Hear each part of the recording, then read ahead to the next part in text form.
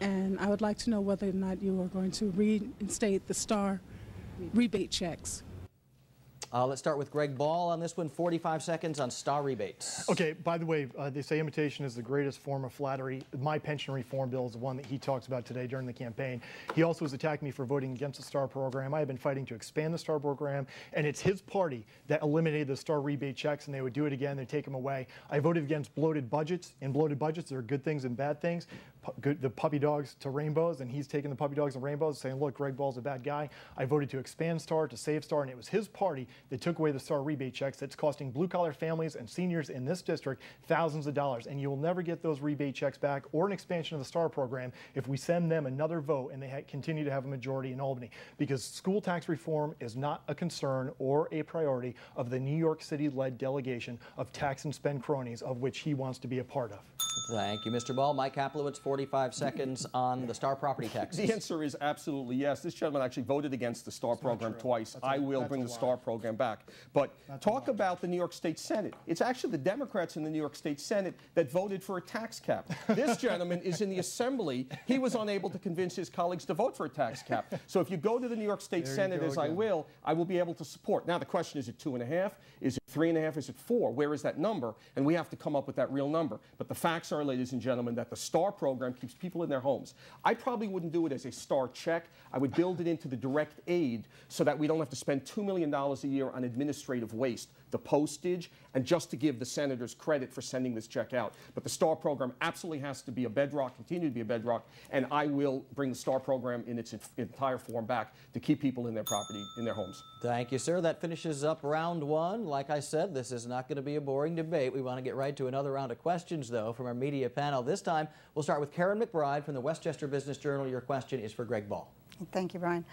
Pension reform came up earlier in our conversation. The cost to state and local government is becoming out of control. This is putting a tremendous burden on taxpayers. It has been recommended that the state go from a defined benefit plan to a defined contribution plan. Mr. Ball, do you agree? Should the state go from a defined benefit plan? And would this apply to current employees as well as future workers? And just to the previous point, he talked about, well, he wouldn't send a STAR rebate check back, but would do it in the form of direct aid. If you do it in the form of direct aid, it sends it to the school districts, and believe me, just like we don't get our lottery dollars back and they should be lockboxed, you would never see that money in the form of tax relief. This is why we cannot send Tax Hike Mike to the New York State Senate. I don't only support moving from a defined benefit model towards a defined contribution model. It's actually my bill in the New York State Assembly and will be my proposal in the New York State Senate to do exactly that. But beyond that, we should immediately eliminate public pensions for career politicians in the Assembly and in the Senate. I support term limits. My opponent does not support term limits. The single most important thing we can do is stop this careerist mentality that really subsidizes incumbency and incompetency. So I support moving from a defined benefit model to a defined contribution model. Imitation is the greatest form of flattery. Tax Hike Mike, increased spending by over $1 billion, increased property taxes by 41%.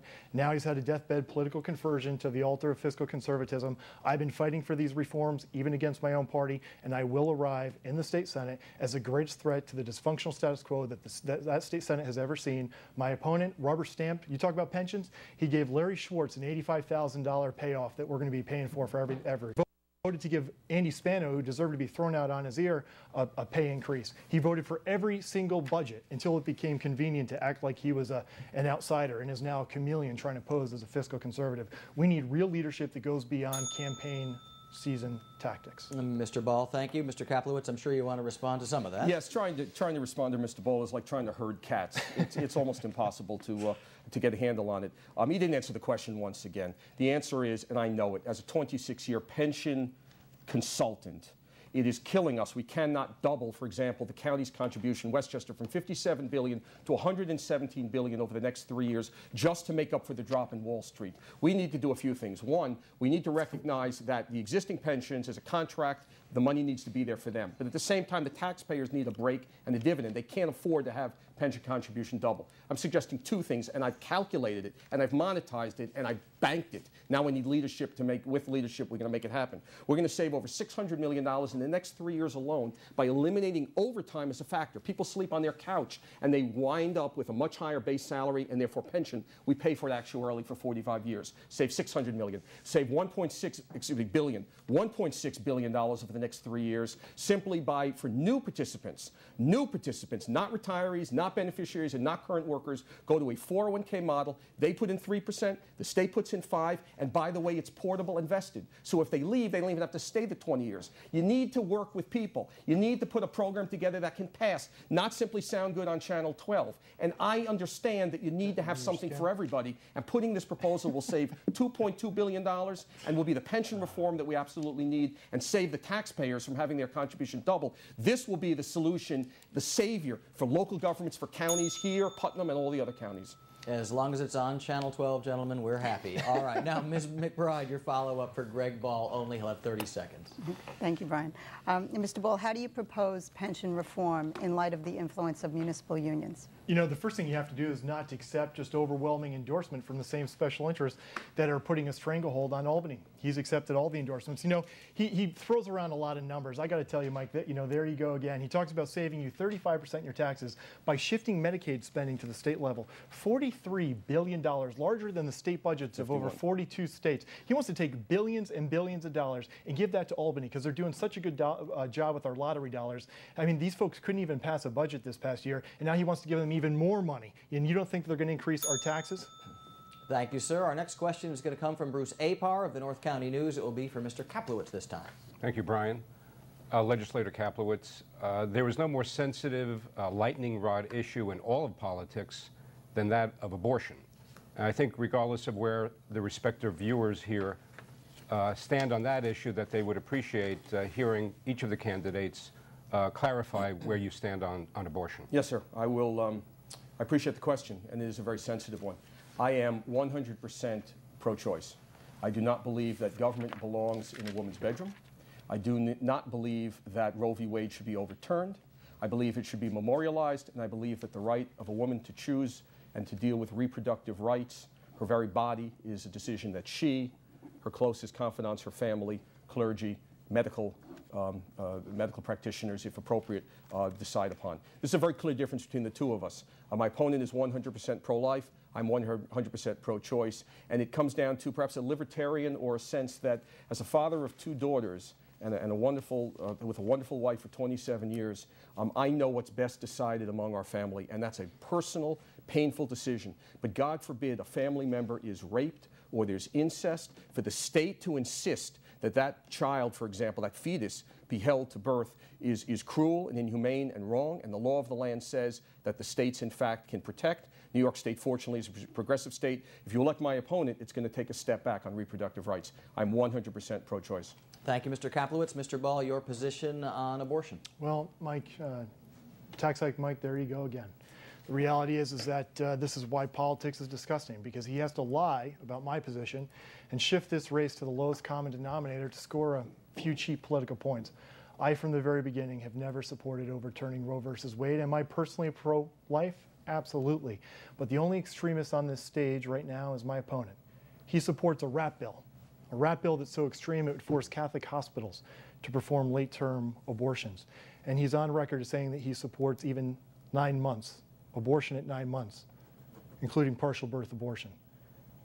You know what? We have lost 2 million New Yorkers in New York State, not because of abortion, not because of gun rights, not because of gay marriage. We've lost 2 million people in New York and in Westchester County because of tax and spend liberals like Tax Hike Mike. Those are the issues that we have to focus on. As a senator, I'm not going to focus on the extreme social issues on either side of the aisle. I'm going to focus on capping property taxes, freezing school tax for seniors, eliminating the unfunded mandates, and finally moving away from a property value model to an income model. I'll leave the extreme social policies up to my tax and spend opponent.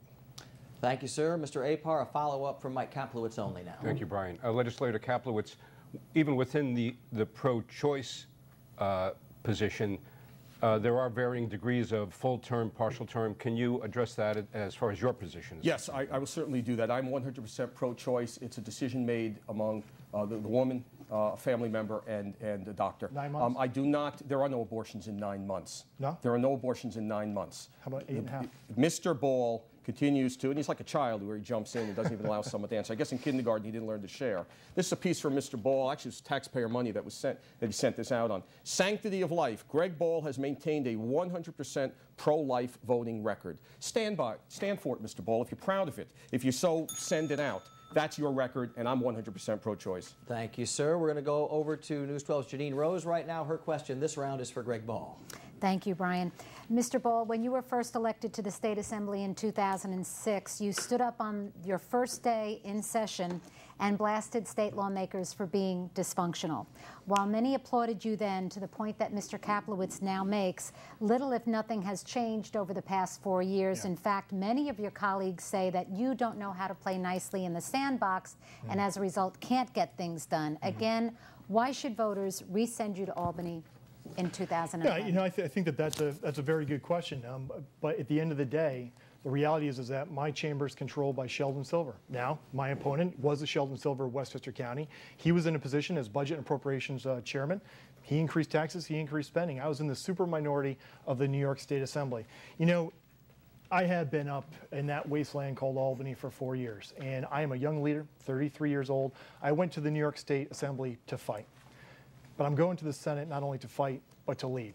And you know what? As a young leader, I've learned that in me, and the people of this district have somebody who's willing to stand up. I wouldn't be a toy poodle for Andy Spano or my own party leadership.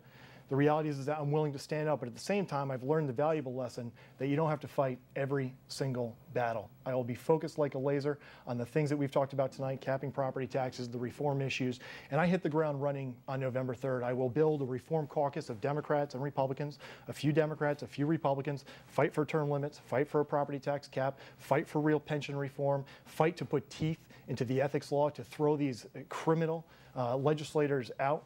And at the end of the day, you got to look at the track record. Politicians are standing before the taxpayers and residents and voters saying, I'm a fiscal conservative. One person at this podium tonight increased Westchester spending by over $1 billion and property taxes by 41%. And the other, me, has fighted against 180 tax increases, voted against over $300 billion in unnecessary spending. It was me who killed the Westchester County condo tax. It was me who fought against the $60 million federal low-income housing debacle. And my opponent, who rubber stamped it. Thank you, sir. Mr. Kaplowitz, your take on fixing dysfunctional Albany. Well, I think he's looking at the poster child in Mr. Ball for the dysfunction in Albany. Takes credit for works that's not his own and runs away from his own. I have here 132 bills that Mr. Ball sponsored. He was the prime sponsor. This is what he did. He's going to wave some silly ceremonial type pens. These are his bills. These are Assembly 4461, Greg Ball, an act to amend the environmental conservation law in relation to prohibiting the possession, transportation, and sale of bushmeat. That he was concerned about while Rome is burning. That's what he's working on. Assembly 7560 bill prohibits the sale of foreign dog hair or hide, including but not limited to raccoon dog.